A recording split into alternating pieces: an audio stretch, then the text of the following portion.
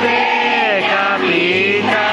A lei così non ti va di fare più domande, perché conosci le risposte. Capita a te come capita a me, forte.